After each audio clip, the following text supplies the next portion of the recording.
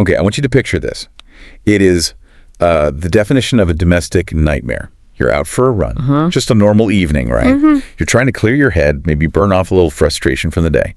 You jog back to your house, your forever home, the one place you feel safe. Right. You walk up the path, your heart rate is slowing down, you slide your key into the lock, and it stops. It doesn't turn. It doesn't turn. It doesn't fit. And in that split second, your brain probably goes to the logical place, did I grab the wrong key? Is the lock jammed? But then you knock. Yeah. And the door opens. And this is where the logic completely falls apart. Completely. Because standing there is a woman. And she doesn't just look like a stranger. She looks like a high-definition, upgraded, polished version of you. Oh, wow. She is wearing your favorite black velvet dress, the one you were saving for a special occasion. And then your husband, the man you share a bed with, a mortgage with, a life with, walks up behind her. This is the moment that breaks people. He wraps his arm around her waist, looks you dead in the eye with zero recognition, and tells the police that she is his wife. Yeah. And that he has never seen you before in his life. It's just a terrifying premise. It taps into that primal fear of erasure, of being completely replaced in your own existence. Exactly. And that is the hook that Alice Feeney uses to absolutely drag us into the source material we are unpacking today. We are doing a deep dive into the twists and turns of My Husband's Wife. And honestly, calling it twisting is an understatement. We're looking at a narrative that is essentially a puzzle box. It's told from three very conflicting perspectives. Yeah. We have identity theft, a disturbingly predictive tech company, secret tunnels, and this small Cornish village called Hope Fall, where the architecture is hostile and the locals are, well, let's just say they have secrets. Our mission today is to try and untangle this mess, because by the time we get through these sources, your head is going to be spinning. We need to figure out who is lying, who is dying, and honestly, who is actually married to whom. It's a psychological horror story masquerading as a domestic thriller. And to solve it, we have to start with the person standing on that doorstep, getting erased in real time. This is the perspective of a character named Eden Fox. Right, Eden. She starts off as our anchor. She's an artist, she's dealing with empty nest syndrome, and she's living in this incredible, creepy house called Spyglass. And we have to talk about the house. Oh, we have to. It feels like a character in itself. It's crucial to the mood. Spyglass is described as this modern masterpiece built right into the cliffs overlooking the village. It has these white, wavy walls and massive floor-to-ceiling windows shaped like human eyes. Which is just why? I mean, why would you live in a house that is literally watching you? It's all about exposure. There's no privacy. And for Eden, that exposure makes the gaslighting even more effective. When she returns from that run, it's not just that the locks are changed, it's the thoroughness of the replacement. Right. The woman inside, let's call her the imposter, has proof that she is the real Eden Fox. And this is where the police get involved, specifically Sergeant Luke Carter. Now, in the notes, he's described as looking like a child police officer. Which is such a specific vibe. You know you're getting older when the authority figures start looking like teenagers. Exactly. But this child officer doesn't believe Eden. He sides with the husband, Harrison, and the imposter. And this was so frustrating to read. Why does he side with them so quickly?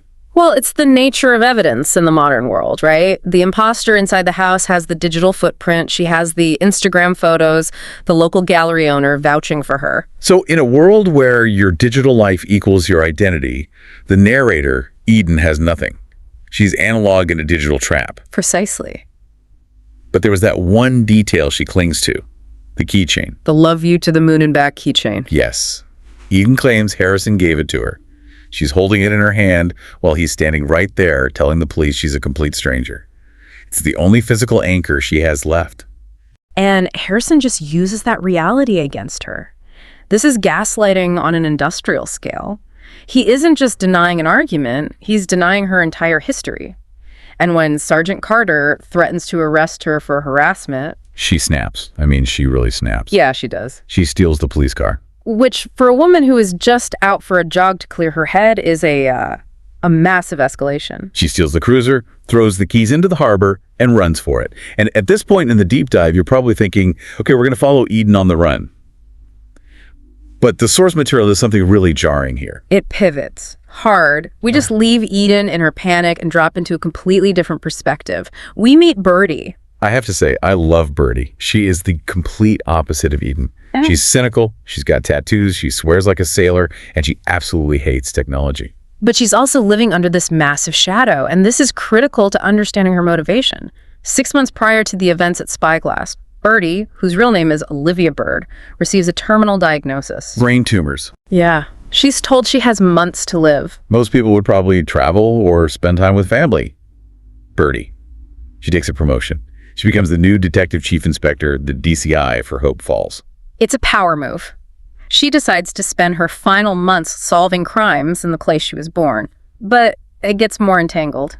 Birdie didn't just pick this village at random. She actually inherited Spyglass. The same house Eden was living in. The very same house. From her grandmother. Okay, we have to pause on the grandmother. Because the sources mention her as the woman who died twice. And I need you to explain that. It's a fantastic piece of local folklore that really sets the tone for the village. Her grandmother was buried alive in the 1940s. Nightmare for you. Absolute nightmare. Yeah. But it gets wilder. Grave robbers dug her up that same night to steal a ring off her finger. They couldn't get it off, so they tried to cut her finger. Oh, no. The pain woke her up. She climbed out of the grave, walked back home, and slept in her own bed. That is horrifying. But also, that woman is tough as nails. And that's the lineage Birdie comes from. In Hope Falls, death isn't always permanent. So Birdie shows up to be the boss of Sergeant Carter. And talk about awkward workplace dynamics. Oh, this was great. Turns out, 6 months ago, Birdie visited the house to check out her inheritance, met Carter, and they had a one-night stand. So now he's terrified of her because she's his boss, she's smarter than him, and she totally ghosted him. Exactly. And she has this giant white wolf dog named Sunday who goes everywhere with her. Sunday's the best character. He really is. But beneath that tough exterior and the dog, Birdie is hiding something huge. She's taking heavy medication, she's having these episodes of blinding pain, but she is hiding her terminal illness from everyone. She's trying to project strength while literally dying inside. So we have Eden, who has been erased. We have Birdie, who is dying but fighting. And linking them together is the husband, Harrison Wolfe. Harrison is complicated. He is the CEO of a company called Thanos. Subtle, named after the Greek personification of death. Or, maybe the comic book villain who snaps his fingers to end lives. Both seem to fit. Harrison's company isn't just a tech startup. It claims it can predict the exact date of your death using DNA and AI. Which sounds like typical Silicon Valley vaporware, but in the book, it seems to actually work. It does. And for Harrison, this isn't just a business, it's a pathology. He is obsessed with time. The text reveals he hated his mother and had a tragic relationship with his daughter, Gabriella. He wants to solve death by removing the uncertainty. Let's talk about the daughter, Gabriella, because this backstory is heartbreaking and so spooky. 10 years ago, she was hit by a police car. She survived, but she hasn't spoken a single word since. She lives in this high-end care facility called The Manor. And here is the eerie part. Gabriella spends her days painting. And what does she paint? Spyglass. Spyglass, the house on the cliff. But the sources say she's never seen it. Precisely. She's painting a house she's never visited. It suggests this deep, almost psychic connection to the location or the trauma associated with it. So we have Harrison running this death prediction company. And here is where the threads start to pull together in a really disturbing way. Harrison knows Birdie. He does. Birdie applied to Thanos to find out her death date. Harrison personally monitored her case. He knows she is dying. He watched her on the security cameras when she came to his clinic. That is so creepy. It recontextualizes every single interaction they have. When Birdie shows up at his house as the police detective investigating his missing wife, he isn't just seeing a cop, he's seeing a walking expiration date. He thinks he has the upper hand because he knows how her story ends. Exactly. He thinks he's playing 4D chess while everyone else is playing checkers. Okay, so let's get to the convergence. We have Eden, who has disappeared after escaping the police. She got a text from Harrison telling her to meet him at the cliffs, a notorious suicide spot. And then a body washes up on the beach at Blackwater Bay. And it is not pretty. The description is gruesome face smashed in, unidentifiable. This triggers the murder investigation.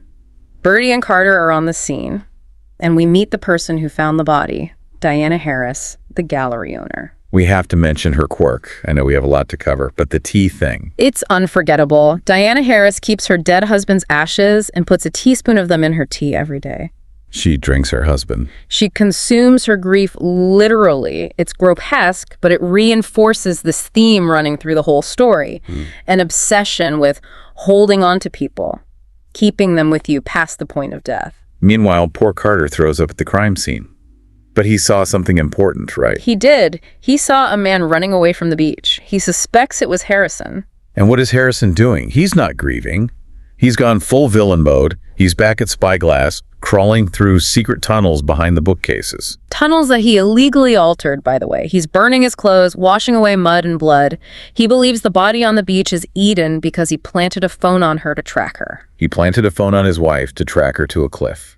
To ensure he knew where she was. He thinks the problem is solved. And then we get this incredible interrogation scene. Birdie sits Harrison down at his own kitchen table. And she's a human lie detector. She knows he's lying. But he knows she's dying. It's this high-stakes game of chicken. He's thinking, I don't have to beat you. I just have to outlive you. But the real bombshell drops when Birdie goes to visit the daughter, Gabriella, at the manor. This is the moment that upends the whole narrative. You have this girl who hasn't spoken in a decade. Birdie walks in, Gabriella looks at her, and for the first time in 10 years, she speaks. And what she says gave me chills.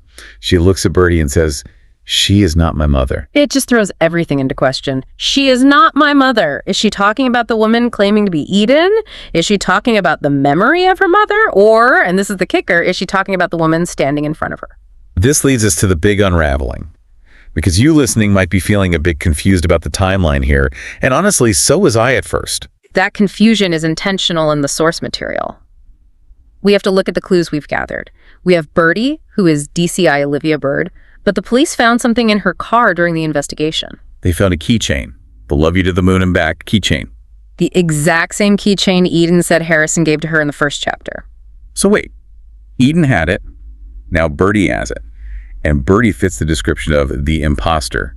Younger, tattoos, tough. But Birdie also fits the description of the victim in some ways. So are we seeing two different timelines playing out at once? That is the leading theory when you analyze the text. We have the Eden narrative, which feels immediate and visceral, and we have the Birdie narrative. The question is Eden a fabrication? Is Eden actually a younger version of Birdie, or is Birdie the one who has taken over Eden's life? It's the "My Husband's Wife" title, right? It implies a replacement. Or a duality. Look at the names. Eden Fox, Olivia Bird. Fox and Bird. Predator and prey. Or just two wild creatures. And if Birdie has the keychain, it suggests a crossover of identity. Harrison is the common denominator. He is manipulating these women like variables in his Thanos experiment. He's trying to save time, right? Yeah. He couldn't save his daughter from her disability, so he tries to control the death dates of others. Well, Birdie is doing the opposite. She knows her date. Thanos sent her a letter saying she dies on February 14th. Valentine's Day. Which is incredibly dark irony. The day of love is her day of death. And instead of cowering, she goes to Hope Falls to solve a mystery. She is trying to live her life while Harrison is trying to schedule death. There's this moment where Eden, the narrator, Eden, is falling off the cliff. She thinks true love kills. That is a haunting line. It suggests that her proximity to Harrison, her love for him, is the weapon. So where does this leave us? We have a body with no face on the beach. We have Harrison burning clothes in a secret tunnel. We have a detective sleeping with her sergeant, hiding a terminal illness, and a mute daughter who just broke her silence to disown someone. It leaves us with a profound mess of identity. The source material forces you to question who is actually telling the truth. Is the Eden we listened to in the beginning even real? It really makes you think about how much of our identity is tied to other people recognizing us. If your husband looks at you and says, "I don't know you," how long until you start to doubt yourself? That's the gaslighting element. It's effective because it attacks the very foundation of self. But I want to put back to the Thanos aspect for a second. This tech company. Yeah, the letter Birdie gets is so corporate and cheerful about her death.